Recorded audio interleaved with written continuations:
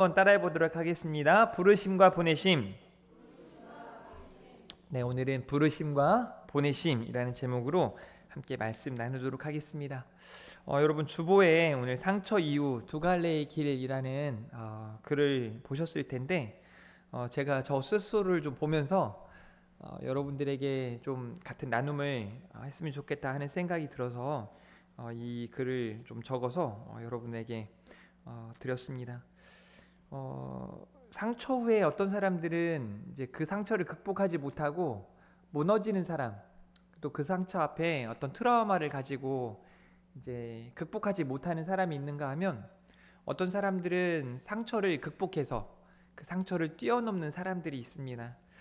제가 사고가 난 후에 이제 3주차가 돼서 제가 난 사고 난 자전거를 봤는데 굉장히 많이 부서져 있고 지금도 밑에 1층에 있더라고요. 타이어가 이렇게 망가져 있고 이렇게 고리가 깨져 있는 걸 이렇게 보면서 야, 정말 하나님이 지켜주지 않았으면 죽었겠다 하는 생각이 들 정도로 자전거가 엉망이 되어 있었습니다. 처음에 제가 그 자전거를 보려고 하는 이유는 또 탈 수 있을까? 이 자전거를 이제 얼마나 고장 났을까 하는 마음으로 봤더니 이제 뭐 수리해서 쓰기에는 이제 쓰지 못할 것 같아서 이제 고철 장사한테 줘야 할 것 같아요. 그리고 그 다다음 날 정도에 제가 저희 둘째 애하고 자전거를 탈 일이 있었습니다. 잘 탔을까요? 못 탔을까요? 신나게 탔습니다. 걱정하지 마시고 저는 이전에도 이렇게 저렇게 뭐 다친 일도 있고 하지만 뭐 이번처럼 크게 다친 일은 없었는데 제가 어떤 문제를 접근하는 방식은 그렇습니다. 이제 내가 이 문제를 다루다가 실패하더라도 다시 도전하고 또 도전하다 보면 그 문제를 넘어갈 때가 많잖아요. 제가 다음 세대 학생들에게 이제 수학 문제를 푸는 거에 대해서 이제 이야기를 할 때 수학 문제가 한번 안 풀리기 시작하면은 뭐 하루 종일 풀어도 안 풀릴 때가 있고 그냥 끝까지 못 풀 것처럼 남아 있을 때가 있는데 가끔 그 문제가 풀어지는 시간이 있어요. 이렇게 저렇게 하다가도 안 되다가 어느 순간 이렇게 하면 될까? 하는 마음이 들어서 그렇게 풀다 보면 딱 넘어가요. 그때 이제 무슨 생각이 드냐면 내가 조금 더 실력이 늘어가는구나. 그래서 이제 수학을 이제 여기 잘하는 분들도 있겠지만 수학을 잘하는 사람들은 그 문제를 보고 포기하는 사람이 아니고 그 문제를 끝까지 붙들고 씨름하고 싸워서 이기는 사람들이에요. 저는 신앙인은 이제 여기 오늘 제가 두 가지로 나눴잖아요. 상처 이후 무너지는 사람이 있는가 하면 상처 이후 성장하는 사람이 있단 말이죠. 신앙인은 반드시 오른편을 선택해야 돼요. 상처 이후에 무너지는 게 아니라 상처를 넘어서게 하는 하나님을 경험하고 여러분들이 모든 상처 가운데 이겨낼 수 있기를 주님의 이름으로 축복합니다. 어떤 사람들은 같은 상처 안에 무너지기도 하지만 누구는 성장한다는 거예요. 그래서 제가 여러분들에게 예전에 얘기했던 리즐리언스, 회복 탄력성에 대한 이야기를 한 것처럼 여러분이 잘 회복되어져서 더 귀하게 쓰임 받기를 주님의 이름으로 축복합니다. 그 중에 이제 대표적인 사람이 사도 바울이라는 사람입니다. 오늘 부르심과 보내심이라는 제목으로 말씀을 나누는데 오늘 본문의 시작은 바울의 변명처럼 보여져요. 그러니까 바울이 예수님을 믿고 복음을 전하는데 생각보다 더한 이런 고난이 찾아온단 말이죠.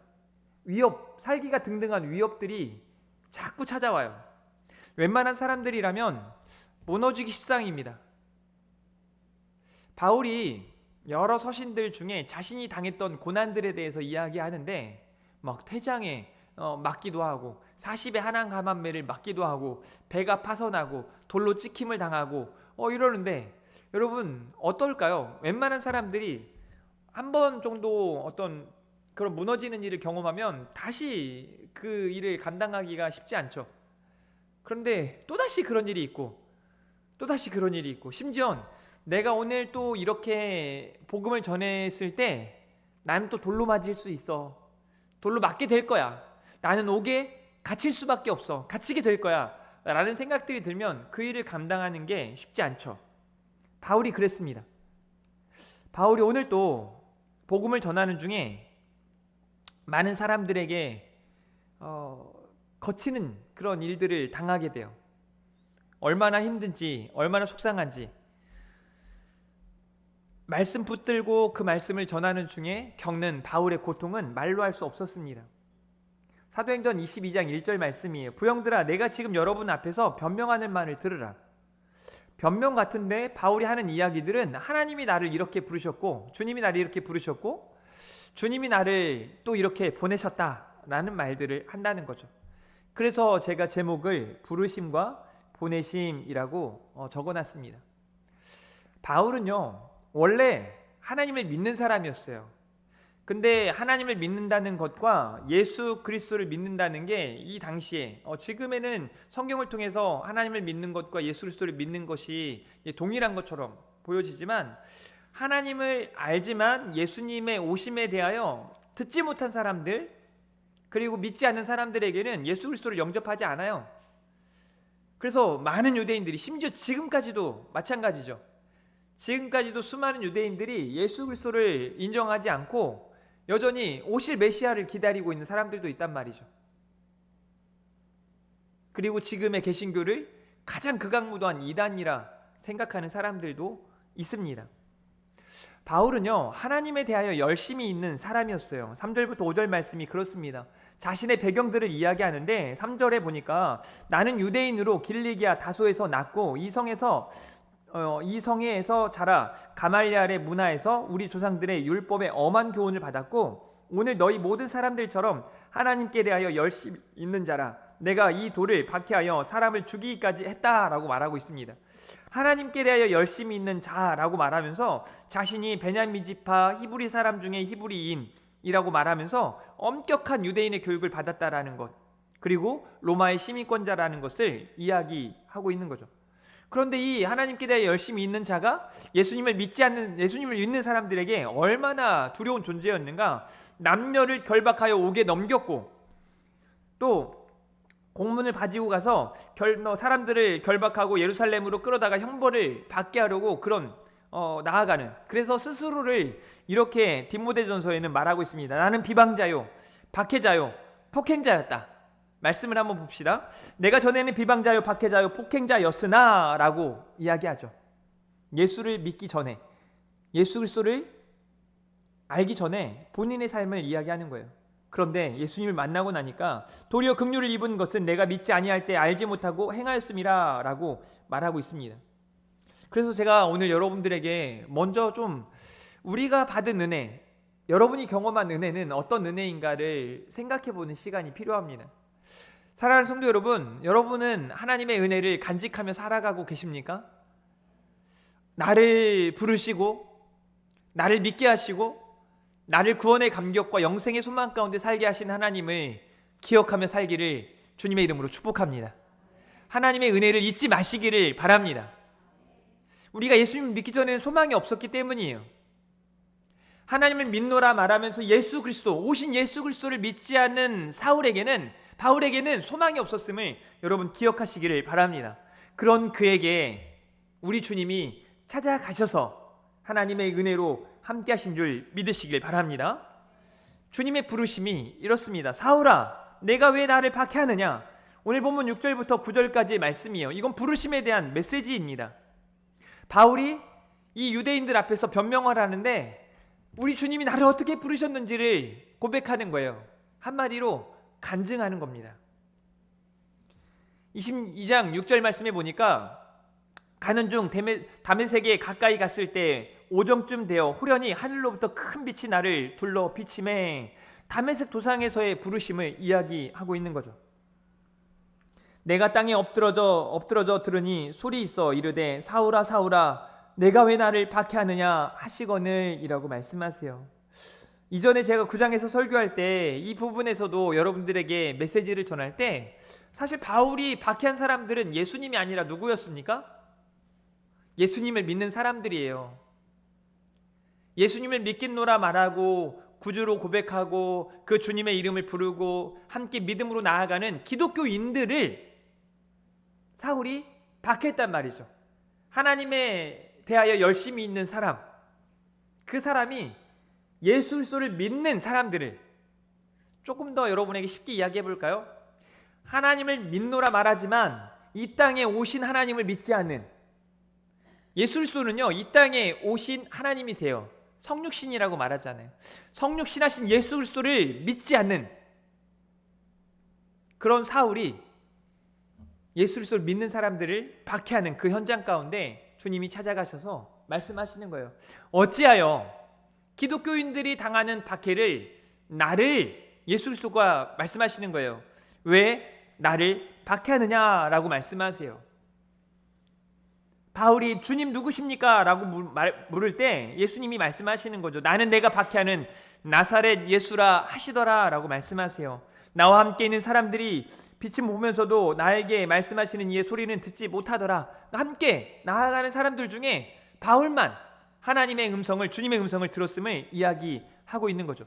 제가 사도행전 9장 1절부터의 말씀을 좀 보면 이렇습니다. 사울이 주의 제자들에 대하여 여전히 위협과 살기가 등등하여 대제사장에게 가서 다메섹 여러 회당에서 가져갈 공문을 청하니 이는 만일 그 도를 따르는 사람을 만나면 남녀를 막론하고 결박하여 예루살렘으로 잡아오려 함이라. 사울이 길을 가다가 다메섹에 가까이 이르더니 호련히 하늘로부터 빛이 그를 둘러 비추는지라.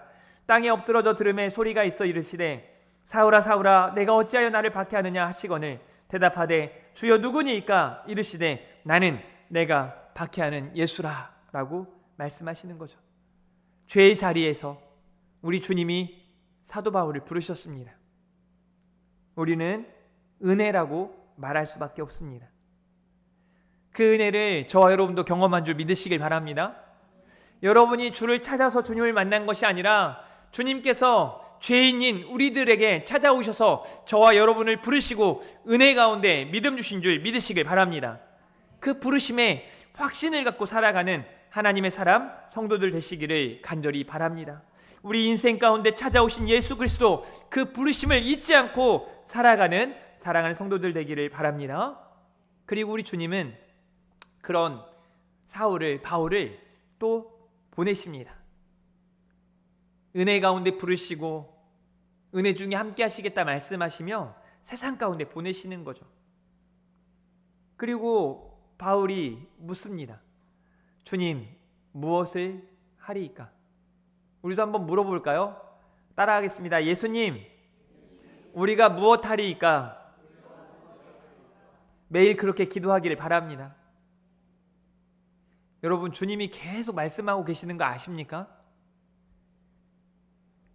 사랑해라, 기도해라, 전도해라, 용서해라. 계속 말씀하시는데 그 말씀은 뒤로 한 채 주님 저는 이거 해야 되고요. 주님 저는 저것 해야 되고요. 이번 시험에 합격해야 되고요. 이 병이 나아야 하고요. 나는 잘 살아야 하고요. 나는 부자가 되어야 하고요. 내 뜻이 이렇거든요, 주님. 오전에 우리가 말씀을 통해 배운 것처럼 기도는 이 잔을 내게서 옮기시옵소서가 아니라, 그러나 내 뜻대로 내 생각대로가 아니라 주님의 뜻대로, 아버지의 뜻대로 하길 원합니다라는 것이 기도인 줄 믿으시길 바랍니다. 주님이 여러분들의 삶 가운데 무엇하기 원하시는지 오늘 또 여러분 통해 역사하실 하나님을 기대하며 주님의 보내심을 따라 믿음으로 서기를 바랍니다. 22장 10절 말씀이에요. 내가 이르되 주님 무엇을 하리이까? 라고 묻습니다. 주께서 이르시되 일어나 다메섹으로 들어가라. 내가 해야 할 모든 것을 거기서 누가 이르리라 하시거늘. 다메섹 가운데 들어가죠. 그곳에서 아나니아라는 사람을 만나게 돼요. 예수님과의 만남, 그 부르심을 경험한 사람들은 주님이 그냥 부르시고 끝나는 게 아니에요.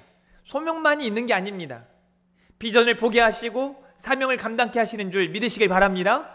그러니 주님과 만남을 경험한 여러분들이 사명자로 서야 하는 줄 믿으시길 바랍니다. 아나니아라는 사람이 있는데요, 그 사람에 대하여 율법을 따라 경건한 사람이라고 이야기하고 있습니다. 모든 유대인들에게 칭찬 듣는 사람이라고 표현하고 있습니다. 그와 바울이 만나게 되어져요. 사울아 다시 보라 하거늘 즉시 그를 쳐다보았더라. 여기서 끝나는 게 아니에요. 이 아나니아를 통해 사명을 깨닫게 하시는 은혜가 있습니다. 저는 이 시대에 아나니아와 같은 사람들이 우리 금촌중앙교회 성도님들 되기를 바랍니다. 우리 옆에 있는 분에게 이렇게 인사할까요? 아나니아가 되어 주십시오. 저기 또 사도행전 5장에 나오는 아나니아 삽비라 말고요. 이 아나니아와 그 아나니아는 다릅니다. 사랑하는 성도 여러분, 주님께 쓰임받는, 축복의 통로로 귀하게 쓰임받는 한 사람 한 사람 되어지시기를 바랍니다. 경건한 사람, 사람들에게 인정받는 사람, 순종하는 사람, 그런 아나니아와 같은 사람이 되어주시기를 주님의 이름으로 축복합니다. 그 아나니아를 통해 말씀하시는 거예요. 그가 또 이르되 우리 조상들의 하나님이 너를 택하여 너로 하여금 자기 뜻을 알게 하시며 그 의인을 보게 하시고 그 입에서 나오는 음성을 듣게 하셨으니 내가 그를 위하여 모든 사람 앞에서 내가 보고 들은 것에 증인이 되리라 라고 말씀합니다. 사도 바울을 부르신 우리 주님께서 그를 사명자로 세우시는데 얼마나 귀한 역사가 나타나는지 모릅니다. 사랑하는 성도 여러분, 소명자는 비전을 바라보며 사명자로 서야 하는 줄 믿으시길 바랍니다. 그래서 여러분의 가정에서, 학교에서, 직장에서, 세상에서 이렇게 사명자로 귀하게 쓰임받기를 축복합니다. 22장 16절, 이제는 왜 주저하느냐, 일어나 주의 이름을 불러 세례를 받고 너의 죄를 씻으라 하더라. 이제는, 전에는이 아니라 이제는의 삶을 살아가야 하는 거예요. 사랑하는 성도 여러분, 이제 우리들의 삶이 더 달라지기를 바랍니다. 하나님의 은혜를 진짜 사모하고 기대하면서 하나님께 귀하게 쓰임받는 한 사람 한 사람 될 수 있기를 간절히 바랍니다. 22장 17절부터 20절까지의 내용들을 보면 바울이 주를 위한 박해를 경험했음을 알 수 있습니다. 심지어요, 이거는 진퇴양난이에요. 앞뒤로 갈 수가 없어요. 이전에 내가 하나님에 대하여 열심히 있었던, 그러니까 다른 유대인들과 다를 바 없이 믿는 크리스찬들을 이렇게 박해했을 때에는 이 사람들에게만큼은 칭찬받는, 아마 이랬을 거예요. 유대인들 중에 이 사울이라는 청년이 기가 막혔거든요. 얼마나 열심히 있고 막 그 최선을 다해서 기독교인들을 막 박해하는 거예요. 너 진짜 잘한다, 잘하고 있다, 막 칭찬받는 사람이었을 겁니다. 그런데 믿는 크리스찬들에게, 기독교인들에게는 두려운 존재이기도 하고 미움받을 그런 사람이기도 했겠죠. 그런데 그런 그가 어느 순간, 그 어느 순간이 뭐예요? 부르심을 경험한, 보내심을 깨달은, 소명의 확신을 가지고 사명자로 선 순간, 그 이후로 주를 위한 박해를 경험하기 시작하는 거예요. 이전에는 주를 위한 박해를 받을 수가 없죠. 오히려 주를 믿는 자들을 박해한 사람이었으니까요. 이전에 박해하는 사람, 비방자, 박해자, 폭행자였다면 이후로는 오히려 자신이 주를 위해 박해를 받는 사람으로 쓰임받고 있다는 거죠. 사랑하는 성도 여러분, 여러분은 우리 주님의 그 말씀, 좁은 길 가라, 좁은 문으로 들어가라. 많은 사람들은 넓은 길로 가겠지만 그 길이 좁고 협착해서 많은 사람들이 가지 않는 그 믿음의 길, 그 길을 잘 걷고 있으십니까? 바울은 예수 그리스도를 경험하고 주를 위한 박해를 지속적으로 받는 가운데에서도 끊임없이 끝까지 기뻐하며 감사하며 의의 길을 걸은 줄 믿으시길 바랍니다. 22장 21절이에요. 나더러 또 이르시되 떠나가라, 내가 너를 멀리 이방인에게로 보내리라 하셨느니라 라고 말씀해요. 이 말이 무슨 말이에요? 주님이 나를 보내셔서 내가 이 자리에 왔습니다. 내가 지금 박해를 받고 여러분에게 붙잡혀 이렇게 신문당하고 지금 이 시간 변명하고 있지만, 여러분 변명 맞습니까? 변명 같지 않아요. 오히려 자신이 붙잡힌 그 박해의 순간 가운데에서도 복음을 전하는 바울의 모습을 여러분이 기억하시기를 주님의 이름으로 축복합니다. 이방인을 위한 택한 그릇으로, 사명자로 잘 나아가고 있음을 알 수 있죠. 부르심, 그리고 보내심, 그리고 예수 그리스도를 믿는다는 것이 무엇인지 오늘 이 시간에 다시 한번 여러분이 상기하시기를 바랍니다. 소명의 확신 가운데 사명자로서는 여러분들 되기를 간절히 바랍니다. 예수님을 믿고 난 후에 이전의 삶을 청산하고 이제 이후에 이제는 성경에 자꾸 여러분에게, 저와 여러분에게 하시는 말씀이 있어요. 세상 사람들은 다 미워하고 시기하고 질투하고 그렇게 죄 가운데 나아가지만 너희는 달라야 한다는 거예요. 너희는 그렇지 말지니 라고 말하고 있어요. 우리는 그래서 안 됩니다. 세상은 왼뺨을 치면 오른뺨을 쳐야 하는 것처럼 이야기하지만, 눈에는 눈으로 이에는 이로 갚아야 한다 말하고 있는 것처럼 보여지지만, 우리 하나님께서는, 우리 주님께서는 왼뺨을 맞으면 오른뺨을 돌려대고, 오리를 가자 하면 십리를 가고, 겉옷을 달라 하면 속옷까지 내어줄 수 있는 그런 하나님의 사람, 성도로 온전히 서야 하는 줄 믿으시기를 바랍니다. 그게 교회고 그게 성도예요. 에클레시아라고 하는 교회, 그 의미가 주님께 부르심을 입은 사람들의 모임이에요. 그리고 동시에 세상 가운데 보내심을 입은 사람들인 줄 믿으시길 바랍니다. 그러니 여러분이 교회예요. 여러분 한 사람 한 사람이 교회인 줄 믿으시길 바랍니다. 그래서 성도다운 성도로 하나님의 영광 나타낼 수 있기를 간절히 바랍니다. 제가 이번에 수요일에 제가 이전에 사역하던 교회에서 말씀을 전하는 중에 참 많은 은혜들이 있었습니다. 예배 중에 얼굴들을 다 보니까 이전에 같이 했던 분들이 거의 뭐 다 오신 것 같아요.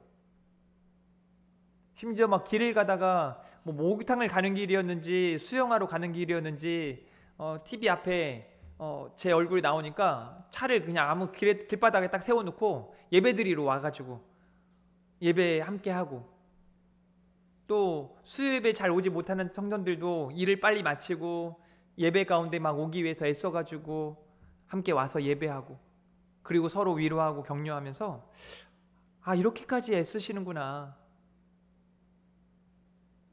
제가 가서 여러분을 자랑했거든요.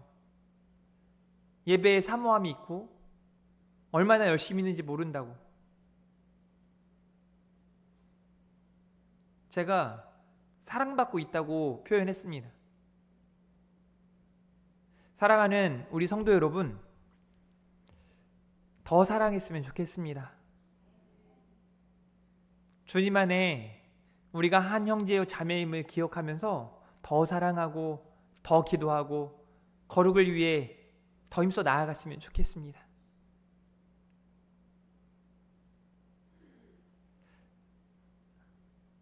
한 성도님이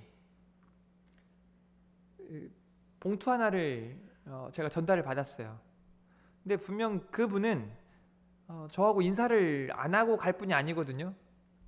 뭐 예를 들어 적어도 우리 이용님 권사님 정도 이렇게 친한, 뭐 여러분 지금 여기 있는 분들 정도로, 오후 예배 드리는 분들 정도로 저하고 굉장히 친한 분이세요. 근데 제가 8년 9년 만에 다시 와서 여러분들하고 헤어졌다가 다시 와서 설교를 하는데 인사를 안 하고 가고 싶겠습니까? 굉장히 친한 분이세요. 근데 인사는 안 하시고 가시고 봉투 하나가 딱 있더라고요. 제가 그 봉투 저희 집 TV 앞에다가 이렇게 놨는데, 거기 봉투에 편지가 써 있어요. 그 편지 내용을 보면서 마음이 되게 울컥했습니다. 그리고 그 편지 안에 있는 내용물, 여러분이 짐작하시다시피 그 편지 안에는 뭐 목사님 식사라도 하라고 돈이 들어 있었어요. 그런데 미리 준비해가지고 준비한 게 아니고, 예배에 왔는데 제가 와 있고 설교하고 있고, 그래서 뭐라도 목사님 저녁이라도 사드리고 싶은데 준비한 게 없으니까 지갑에 있는 거를 이제 꺼내서 놓은 것 같아요. 그래서 신세계 상품권 2장, 그 10,000원짜리인가요? 5,000원짜리 2장, 1,000원짜리 2장도 있고 10,000원짜리 몇 장과 함께, 뭐 얼마인지 정확하게 제가 씌워보진 않고 저희 집사람한테 줬는데, 그 마음에 제가 감동이 되더라고요. 딱 대번에 제가 느낄 수 있었던 건 뭐냐면 8년이나 9년이나 지났는데 여전히 이렇게 아껴주시고 사랑해 주시는구나. 세상적으로 보면 뭐 대수롭지 않은 관계일 수 있잖아요. 친척도 아니고 뭐 같이 뭘 대단히 뭔가를 한 것도 아니고 그냥 교회에서 함께 예배하는, 심지어 여러분 놀라지 마십시오. 제가 그 교회에서 사역한 시간은 딱 2년이에요. 2년 1개월 사역하고 제가 이제 개척을 하겠다고 개척을 했거든요. 여러분하고는 지금 2년 반이 돼가는데 더 많이 됐죠. 근데 그런 모습을 보니까 되게 마음에 감동이 됐어요. 그 뭐 돈의 많고 적음을 떠나서 그냥 그 마음 때문에 마음에 감동이 됐고, 아, 내가 이 길을 가는 게 참 행복한 길이구나 하는 생각을 다시 해보았습니다. 사랑하는 성도 여러분, 여러분이 지금 이 시대에 크리스찬으로 어떤 모습으로 살아가고 있는지 점검해 볼 필요가 있습니다. 부르심 앞에 내가 확신을 가지고 있는가? 내가 정말 하나님의 사람, 성도임을 기억하고 살아가는가? 내가 하나님의 은혜를 입은 사람이라는 걸 내가 잊지 않고 살아가는가? 그리고 내가 세상 가운데 축복의 통로로 빛과 소금으로 하나님의 영광을 드러내야 함을 내가 기억하며 사명자로 살아가고 있는가를 점검해 보아야 합니다. 그래서 그저 하루하루를 살아가면서 막연하게 되는 대로 쳇바퀴 돌듯이 그저 그렇게 살아가는 인생이 아니라, 제가 안타까운 게 그렇거든요. 그냥 온 성도들을 생각하면서도 마찬가지지만 우리 다음 세대들, 청년들을 생각하면서도 마찬가지예요. 그냥 너무 쳇바퀴 돌듯이 될 대로 되라지, 그런 인생들이 아니라 매일 하루하루 하나님이 주신 그 하루를, 하나님이 주신 그 믿음으로 하나님과 함께하면서 하나님의 영광을 드러낼 수 있는 그런 삶을 살아가는 저 여러분 되기를 주님의 이름으로 축복합니다. 그런 부르심과 보내심에 확신을 가지고 살아가는 우리 금촌중앙교회 성도들 다 될 수 있기를 바랍니다.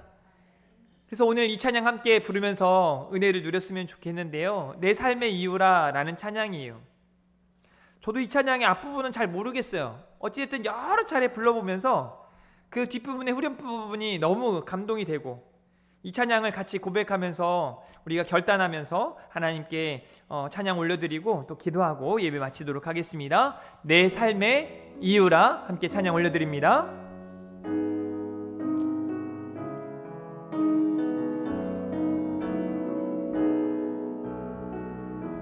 예수는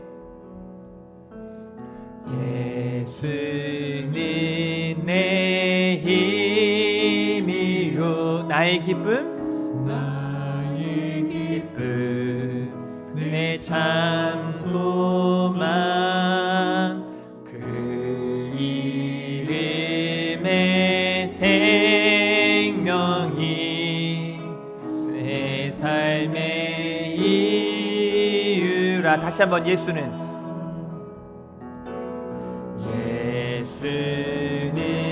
내 힘이요, 나의 기쁨, 내 참 소망, 그 이름의 생명이 내 삶의 이유라. 오직 주만 따라갑니다. 오직 주만 따라갑니다. 오직 주만 높임 받으소서. 내 평생, 내 평생에 그 이름을, 그의 선하심을 세상에 노래합니다. 세상에 노래합니다. 그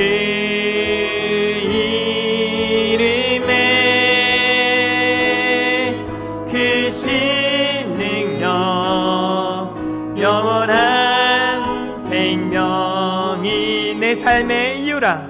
내 삶의 이유라. 우리 처음부터 다시 한번 합니다. 예수는 내 힘이요, 나의 기쁨, 내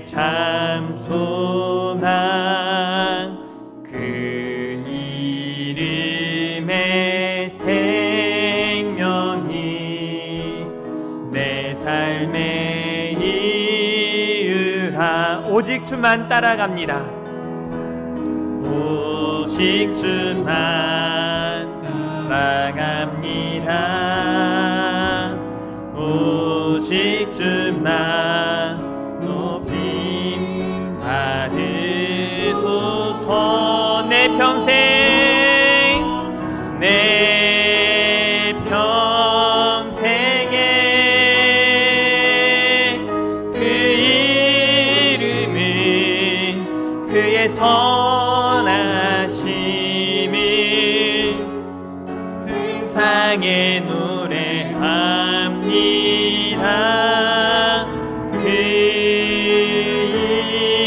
이름의 크신 능력 영원한 생명이 내 삶의 이유라. 다시 한번 내 평생 그 이름을 내 평생에 그 이름을 그의 선하심을 세상에 노래합니다. 세상에 노래합니다. 그 이름의 크신 능력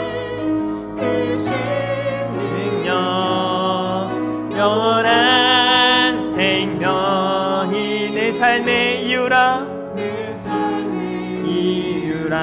내가 사나 죽으나 나 사나 죽으나 그 이름을 위하여 내 모든 것 다 드리니 나를 받으소서. 오직 주만 따라갑니다. 오직 주만 따라갑니다. 오직 주만 높임을 받으소서. 오직 주만 높임 받으소서. 아멘. 내 평생에 내 평생에 그 이름을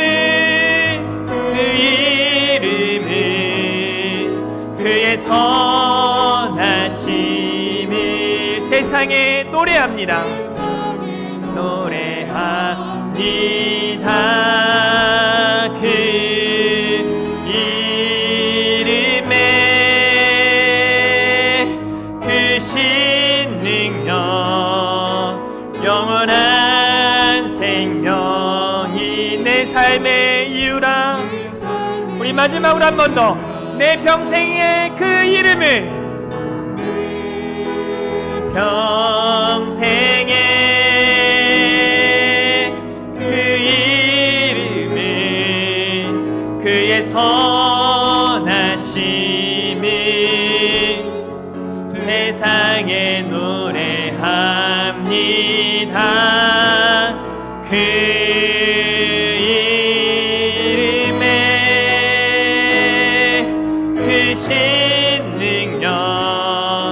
영원한 생명이 내 삶의 이유라. 아멘. 사랑하는 성도 여러분, 여러분 모두는 하나님의 사람 성도들입니다. 소명자로, 비전의 사람으로, 사명자로 잘 세워져 가기를 축복합니다. 기도하겠습니다. 하나님, 여기 하나님의 사람 성도들이 모여 있습니다. 우리 금촌중앙교회가 하나님께서 찾으시는 교회, 하나님께서 기뻐하시는 교회인 줄 믿습니다. 온 성도들이 예외 없이 하나님의 은혜 가운데 온전히 성장하고 성숙하며 부흥에 나아가기를 원합니다. 각자의 삶의 자리에서 세상이 빛이요 소금으로 축복의 통로로 귀하게 쓰임받게 하시고 오직 하나님의 영광 위에 살게 해주시기를 원합니다. 이를 위해 성령 충만한 가운데 성령의 능력과 성령의 지혜로 거룩을 향해 힘써 나아가게 하여 주시옵소서. 하나님을 사랑합니다. 감사합니다. 예수님의 이름으로 기도합니다. 아멘.